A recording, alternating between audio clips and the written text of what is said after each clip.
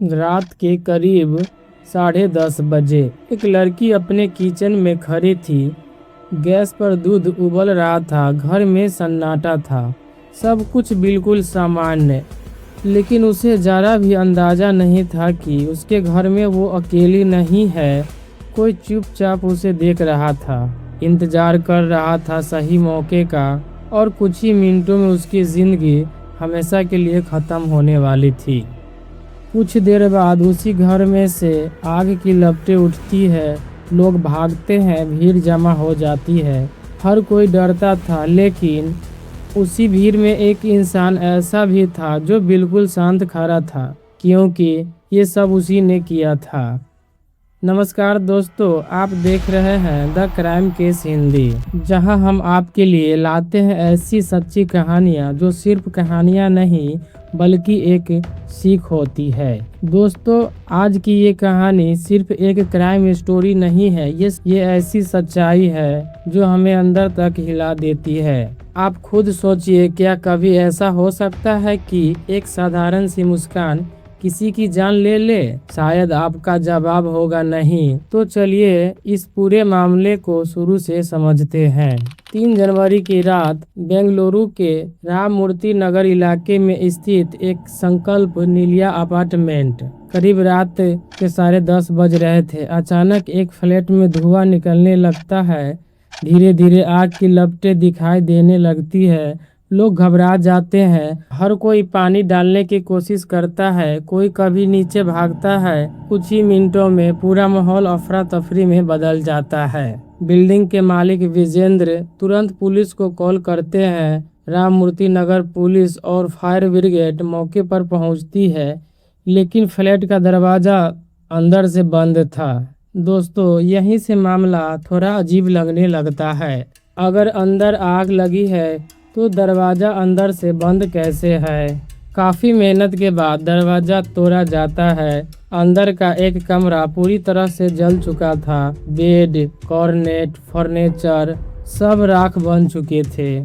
जैसे ही धुआं थोड़ा कम होता है, पुलिस अंदर आगे बढ़ती है और तभी उनकी नज़र एक किचन के फर्श पर पड़ती है। वहाँ एक लड़की की लाश पड़ी थी। पहचान होती है शर्मिला कुशलप्पा, जिसका उम्र 34 साल, और शर्मिला कुशलप्पा एक सॉफ्टवेयर इंजीनियर थी और वह एक साधारण शांत जिंदगी जीने वाली लड़की थी जो इसी फ्लैट में अपने रूममेट सबरीन के साथ रहती थी। उस रात वो घर में अकेली थी।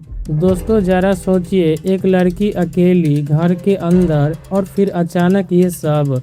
आपको क्या लगता है ये कैसे हुआ होगा? शुरुआत में तो पुलिस को लगा कि ये एक हादसा है, शॉर्ट सर्किट हुआ होगा, आग लगी होगी और धुएं से उसकी मौत हो गई होगी, क्योंकि दरवाजा अंदर से बंद था। कोई जबरदस्ती के निशानी नहीं थे, पड़ोसियों ने कुछ संदिग्ध नहीं देखा था, सब कुछ साफ लग रहा था। लेकिन असली सच तो अभी बाकी था। जब फॉरेंसिक टीम ने जांच की तो तस्वीर बदलने लगी। आग एक जगह से नहीं, कई जगह से लगी थी। कुछ चीज़ों को जानबूझकर जलाया गया था। खून के निशान मिटाने की कोशिश की गई थी। और फिर पोस्टमार्टम रिपोर्ट आई तो पता चला कि शरीर पर चोट के निशान है, गला दबने का संकेत मिला, और सबसे बड़ा सच, मौत आग लगने से पहले हो चुकी थी। अब दोस्तों, अब आप ही बताइए, क्या ये हादसा हो सकता है? अब पुलिस को यकीन हो गया ये मर्डर है। और तभी एक और बड़ी बात सामने आई। शर्मिला का फोन गायब था। फोन को ट्रैक किया गया, कुछ दिन तक कोई एक्टिविटी नहीं मिली। लेकिन 6 जनवरी 2026 को अचानक फोन चालू हुआ। दोस्तों, यहीं से कहानी ने सबसे बड़ा मोड़ लिया। जब लोकेशन ट्रैक हुई तो फोन कहीं दूर नहीं था। फोन का लोकेशन उसी इलाके से आया, एक पड़ोसी के घर से, जहां एक 18 साल का लड़का कर्नल कुरई था। कर्नल कुरई एक सीधा साधा लड़का था और पढ़ाई में काफी तेज था। उसके ऊपर कोई क्रिमिनल रिकॉर्ड नहीं थे।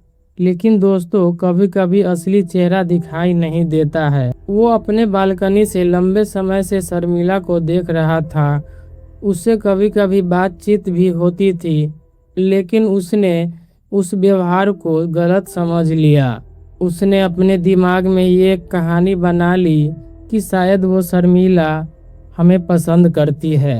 और फिर 3 जनवरी की रात करीब 9 बजे वो चुपके से शर्मिला के घर के अंदर घुस गया। उस समय शर्मिला किचन में थी। वो छिप गया वहीं जाकर। जैसे ही मौका मिला उसने पीछे से पकड़ लिया।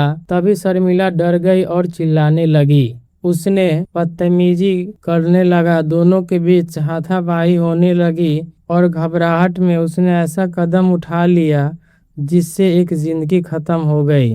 दोस्तों, ये सिर्फ एक कहानी नहीं है, ये एक सीख है। हर मुस्कान प्यार नहीं होती, हर बात का मतलब रिश्ता नहीं होता, और सबसे ज़रूरी बात, ना का मतलब हमेशा ना होता है। दोस्तों, अब आपसे एक सवाल करते हैं। क्या आपको लगता है अगर सही सोच होती तो ये सब रोका जा सकता था? नीचे कमेंट में ज़रूर बताएं। और अगर आप ऐसी सच्ची और सीख देने वाली कहानी देखना चाहते हैं तो द क्राइम केस चैनल को सब्सक्राइब जरूर करें, क्योंकि अपराध हाथों से नहीं सोच से होती है। दोस्तों, इस कहानी को पूरा देखने के लिए बहुत बहुत धन्यवाद, और ऐसे ही कहानी देखने के लिए जुड़े रहें हमारे इस चैनल से। दोस्तों, आप अपना और अपने परिवार का ख्याल रखें, स्वस्थ रहे, मस्त रहे, और मिलते हैं अगले वीडियो में।